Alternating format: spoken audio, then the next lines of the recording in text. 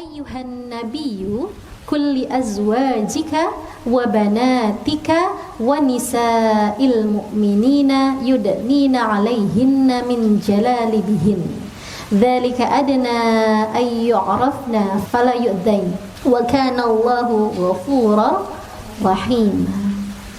Wahai Nabi, apa? Wahai Nabi, katakanlah.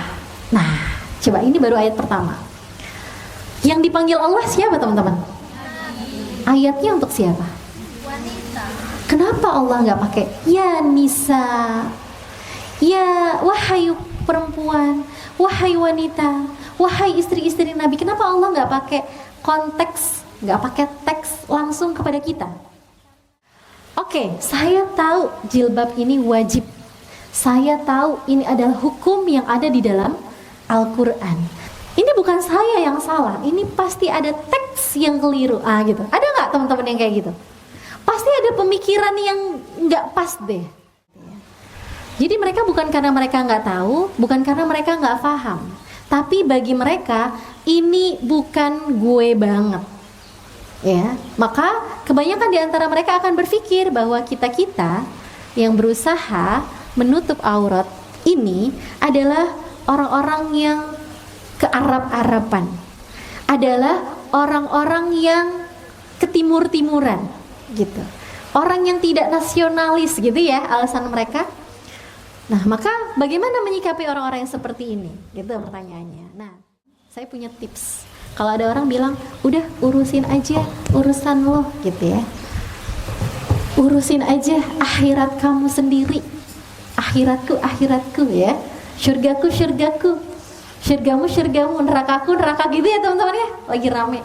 Jawabannya gini teman-teman, sampai detik ini, hati-hati, sampai detik ini tidak ada jasad yang bisa mengurus dirinya sendiri, betul nggak? Oke, tapi nanti jasadnya urusan sendiri ya. Ya. Baik, bismillah. Maka saya ingin membahas tentang rahasia hijab. Rahasia hijab. Nah, teman-teman ngerasa nggak sih kalau untuk beberapa orang ya, bicara tentang hijab itu adalah sesuatu yang sensitif. Kayak tadi ya, kalau udah ditanya kapan berhijab, apaan sih gitu. Langsung deh keluar dari grup gitu ya. Apaan sih, terserahlah gitu ya. Urusin aja urusan lo gitu ya. Dan hari ini saya akan men-share sesuatu rahasia yang ternyata touching banget dan banyak kita keliru dalam memahami konteks ayat yang akan kita bahas hari ini.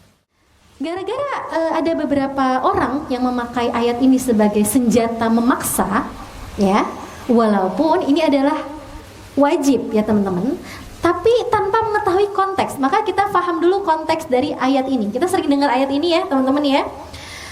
Maka sebenarnya ayat ini tuh touching banget untuk kita, benar, bahwa kalau tidak lewat perantara, maka bisa jadi ayat ini sulit untuk kita terima, ya nggak?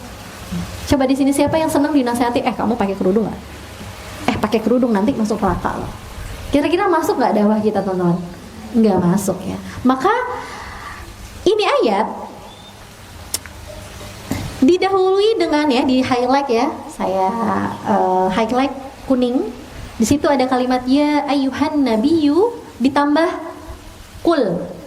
Wahai Nabi, ya, kul, katakanlah. Nah ini kan tentang hijab, kenapa nggak langsung ke perempuan?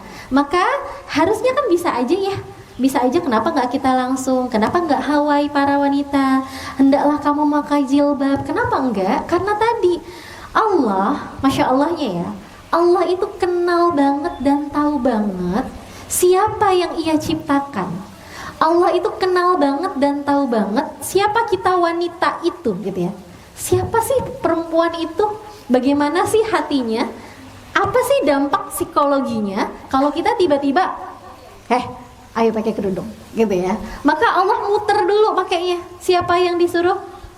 perantara Rasulullah. Ya ayuhan nabiyyu, seolah-olah tidak sengaja Allah memerintahkan ini secara langsung tapi lewat perantara. Karena kenapa? Hati-hati, ada hati yang sensitif di situ. Ada siapa? Hati kita, gitu ya. Maka kenapa Allah nggak langsung ngajarin ke kita bahwa ternyata untuk menasehati wanita, apa teman-teman? Untuk menasehati wanita, ada kalanya memang nggak bisa secara langsung.